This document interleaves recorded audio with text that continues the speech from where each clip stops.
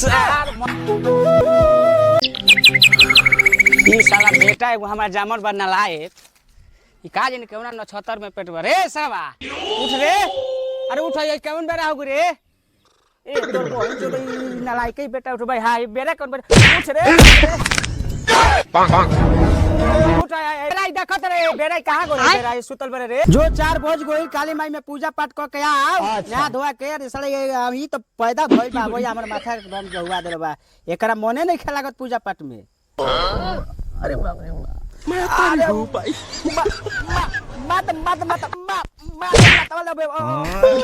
मत बाप हो की कसाई हो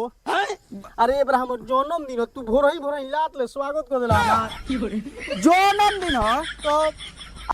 अरे बाप दादा जन्मदिन मनइबे ना करो सत्यब्रत जन्मदिन मनइबे तेरी मां का तो बाप दादा का मन लॉस है बेटा मनाई अच्छा जमाना निकट देखत कहां चल गइले ए सर जमाना तो हम देखते बनी रोटा बाल्टी उठाओ आ पूजा पट क के आओ अभी तक बहन चो ताकते बारो जा पूजा क के आओ जा तू तो नलायके हो गेल बारो लेकिन ये साला कर क्या रहा है यहाँ पे अरे कितना कड़ा बने लेबे मर्द पन्ना डले का हाथना कड़ा बना लेला बने अरे है सरवा तू कल पूजा कर लग रे हम दारू ना पियब हम दारू पी ना तो हम पूजा कर जाते हैं ए सरवा तोरा जाना नहीं त कितना पुजड़ी हड़े कौन है ये लोग? एक मार ले साफ खत्म हो सका कहत नहीं सरवा हम दारू ना पीना हम दारू पियब रे सरवा तुझे पुजड़ी आदमी के दारू पियब अरे आओ ना अरे सरवा एक पैक मार ले आओ ना सरवा हमें को पैक दारू ना पियब अरे ले नहीं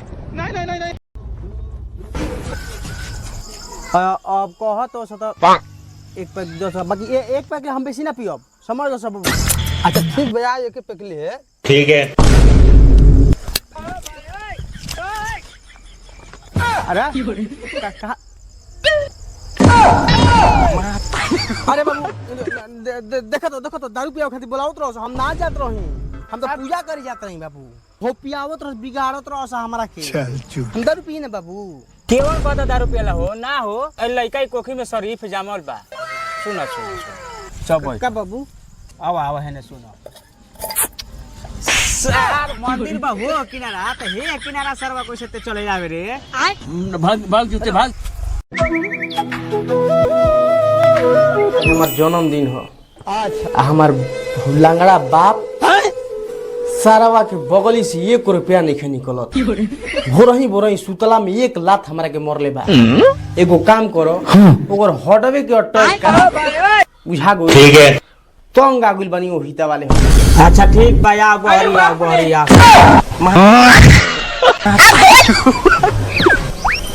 साफ खत्म हो कहीं आ जात रह तू हे मंदिरों में जाना जरूरी है पूजा करे बन तो पीछा हमारा छोड़ हम दोनों हाथ मार के तू खत्म हो जीवो जन्मदिन होई नहीं के लिखवा के 500 रुपया हैं अच्छा पैसे नु चाहिए आवा बाबू आवा बाबू हमारा अच्छा आदमी हो अच्छा पैसा बा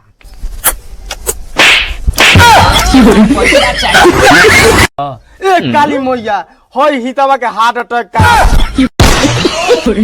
तो सरवा मारत खाली हमार बाप ना है सारा दोगला हमरा के पैसा 1 रुपया नहीं के दे सरवा जन्मदिन के दिन अपन लड़का के मारा जा रहा अरे बाप रे बाप बस सुनाई पैसा दे दरवा ई बेटा बा भाग हे काली भैया जवन हमर लड़का सरपले बा ऊ माफ कर दी हो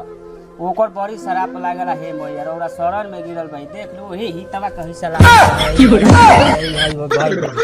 बमर दे चल सरवा लंगड़ा हमरा के पैसा देत रहे बाप हम चल जल्दी पैसे कैसे सरवा तो 500 रुपया देला चल हो जाए 500 में हो जाए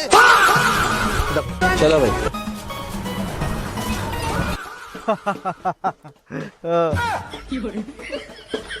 सरवा डंडा काहे रखलो बस रे डंडा का रे या डंटा हो तू बड़े ना हां भैया डंटा सरवा बोटे का मोई ते काट हम देखत नहीं तो कौन लेके भाग जी के का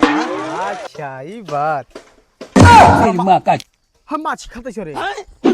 लेकिन ये साला कर क्या नहीं सारुण के यहाँ कुछ तो गड़बड़ है ये क्या हो गया